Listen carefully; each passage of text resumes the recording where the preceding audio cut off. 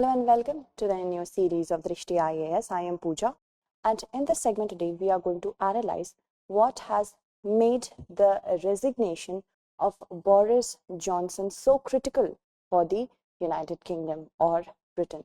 So what have we to notice from over the impact of COVID-19 crises and different types of crises that surrounded the reign of Boris Johnson throughout, has made it possible finally for him to step down. So what are the segments that we have to look at from this particular point is, of course, the political system of the United Kingdom will be discussed. What has happened, Conservative Party's decision, what is the crisis, what has been the crisis that has resulted in his resignation, what is next, and in the last of the segment, a mains-based question will be there. So let us move on with the news. Now, before we begin with the news, just in order to understand how the political system of UK works, it's almost similar to the Indian system, Indian political system. So first of all, we have to understand over here that UK is a constitutional monarchy. That means there the symbolic head of the state is the Queen, Queen Elizabeth II, and the constitutional monarchy that is existing in the UK is also similar to what is existing in Spain, Netherlands, Japan, and the United Arab Emirates. Also, if we talk about the democracy system, it's parliamentary democracy. That means there will be a prime minister who is going to be the head of the party, that is the majority party, and it is, of course, the actual executive head who has the powers in their hands and works through it. So there also we see, like we have in India, Lok Sabha and Rajya Sabha, there is also the lower chamber, or this is known as the House of Commons. Now, House of Commons is made up of 650 elected regional members, elected regional member parliament. Also, there is House of Lords, that is the upper chamber. Now, the number is not absolute like we have for lower chamber. For upper house, the number is not absolute. It varies from year to year, and it is the mixture of appointed and hereditary peers. So this is the House of Lords, like we have in Rajya Sabha, but there is no hereditarism in our situation. Moving on, if we talk about the kind of parliament that is, of course, working over there, there is, of course, the central powers in the hands of Britain, as in England, but there is also regional parties, Scotland, Wales, and Northern Ireland. So autonomous parties also work, autonomous regions also work through these type of, you can say, regions. And you see that many a times what has happened, that we tend to use England, Great Britain, or the United Kingdom synonymously, but it is different. How it is different? You see, Scotland, England, and Wales, they come together to be known as the Great Britain. Here we are discussing about England particularly. You might have seen I also use them synonymously because I had to make you understand this. So England, Scotland, and Wales, they come together to form Great Britain. Then along with Great Britain plus Northern Ireland, this entire region forms the region of United Kingdom. So we have Scotland, Wales, England, and Northern Ireland. Scotland is wanting and is an aspiring, you can say, breakaway region of England, why it does not want to have any kind of political relations as in it wants its own freedom. And there is also going to be a referendum on that.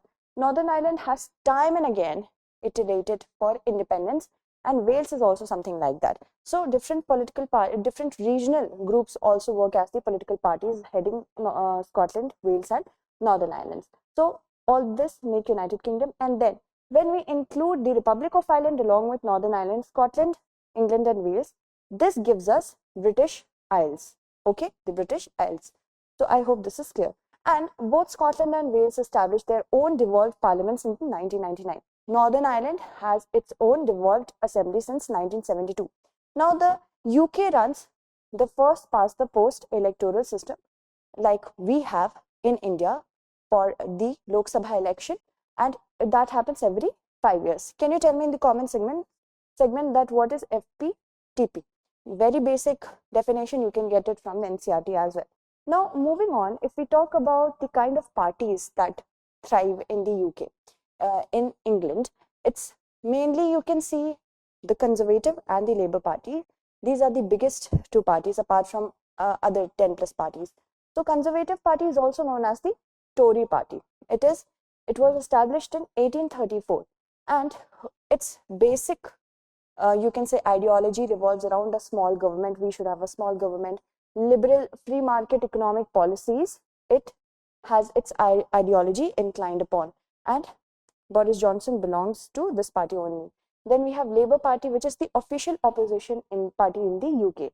And it was established in 1900 out of a coalition between trade unionists and socialists. Until the 1980s, Labour's ideology was along traditional democratic socialist lines, but between it got its own period powers, what happened? They were characterized by Keynesian economics. High taxation should be there and a strong publicly owned welfare state. Okay, so right now we can see that Labour Party is Conservative Party right now is becoming more progressive, but if we compare the two, Labour Party has been much more, you can say, socially progressive when it comes to the rights of LGBTQs and all. Okay, moving on, if we talk about the current crises, now there is an inescapable fact of mass desertion of the Prime Minister's government. It is basically being said that so many aides and ministers, important ministers, have actually resigned. It is becoming a Prime Minister. Boris Johnson was becoming a Prime Minister without a government. How will he handle such things? The Guardian reported that as of 9 a.m. on Thursday, okay, 27 ministers, 5 at the cabinet level, 22 below the cabinet level, had put their papers. That means they have resigned. Many have also resigned through Twitter. And you see that not only that, dozens of parliamentary private secretaries, they also exited, and that took the number of resigning ministers and government aides to 50. So you see that even if private secretaries, they resign, it doesn't really matter. But if ministers are resigning and that is followed by the private secretaries to resign, that sends a very strong message that the current Prime Minister has lost the confidence of the common people and the, of course, legislature. Now, Chancellor of the Exchequer, Finance Minister Rishi Sunak, and Health and Social Care Secretary Sajid Javid, who resigned, they resigned within minutes of each other on Tuesday. So, of course, these particular instances, they send us a message that the Boris Johnson government was since a very long time handling the crisis in such a way that now it is resulting that Prime Minister Boris Johnson doesn't have the confidence of the common people. Now, Conservative Party's decision, Graham Brady, who is the chairman of the 1922 Committee of Backbench Tory MPs, Conservative Party, they had met Boris Johnson, and informed that he had lost the confidence of the party. And there was a clear electoral calculation involved in that. Why? Because opinion polls that were conducted, it showed that Conservative Party was trailing behind the Labour Party. And you see that right now there was a tweet after Rishi Sunak, there was a tweet by the current Exchequer, the Chancellor of the Exchequer, that the current government is not sustainable in nature, and the better thing will be for the current Prime Minister, the then current Prime Minister Boris Johnson, is to step down. Now, he has not completely ceased to be the Prime Minister as of yet, because until and unless we have a successor Prime Minister for the post of Prime Minister, until then he will stay the Prime Minister. And he has right now resigned as the leader of the party, Conservative Party. Okay, so the crises surrounding his government, let's look at them. Apart from many sex scandals, there were certain other scandals, such as the Pincher affair. Now, a very highly reputed civil servant said that Boris Johnson's office gave false information about past sexual harassment allegation against legislator Christopher Pincher. Okay, and after he was appointed at a very good post, even after that, if false you can say information was given by Boris Johnson's office, that is of course not very healthy for the democracy. Partygate, which was very famous, you can say infamous incident with respect to the political structure of Boris Johnson's government, was that there were parties which also involved Boris Johnson's own Downing Street office. They were having party, drinking alcohol, vomiting around, flouting COVID norms. And that happened when Queen Elizabeth II was mourning her, passed away husband, Prince Philip of Edinburgh. And she was doing it all alone. That means the protocol suggested that no mix-ups can happen within the atmosphere of the Queen.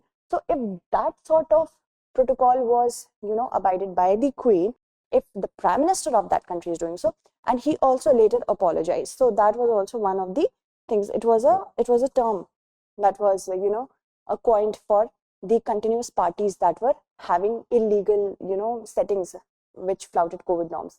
Owen Paterson's affair, conservative lawmaker and former minister Owen Paterson committed an egregious case of paid advocacy by lobbying on the behalf of companies that paid him. That was also one of the crises. Then probe on refurbishment. What happened here? That so much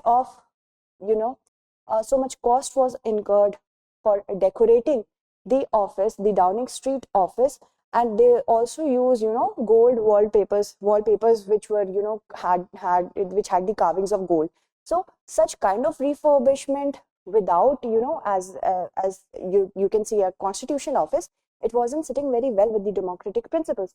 So Electoral Commission fined the Conservative Party £17,800 for failing to accurately report a donation to pay for it. How will they pay for it? So that was also a scandal. Now, what is next? Now, first of all, let us know what will happen. All Conservative lawmakers, they are eligible to run, and the party officials could open the nomination within hours. After candidates have come forward, Conservative lawmakers vote in series of elimination rounds. Elimination will be there, and the candidate which will have the lowest number of votes, they will drop out. Voting continues until there are 2 contenders left. It is sounding very similar to some kind of voting system. Tell me in the comment segment which. The final 2 candidates will be put to a vote of the full party membership across the country, about 1,80,000 people, by postal ballot. Okay, and the process is expected to take several weeks, with the exact timetable up to the 1922 committee that runs party elections. Okay, so now let us have a look at the potential candidates. Rishi Sunak is there, Nadeem Zahawi is there, Foreign Secretary Liz Truss, Attorney General Suella Braverman is also one of the contenders as in potential lookouts. Defense Secretary Ben Wallace. Now, this is the question for your examination. Democracy is the worst form of government except for all those other forms that have been tried from time to time. This is by Winston Churchill. We have to discuss in 250 words. Okay. So that's it for today. Tomorrow we shall meet again with another segment. Until then, stay updated and thank you so much for watching.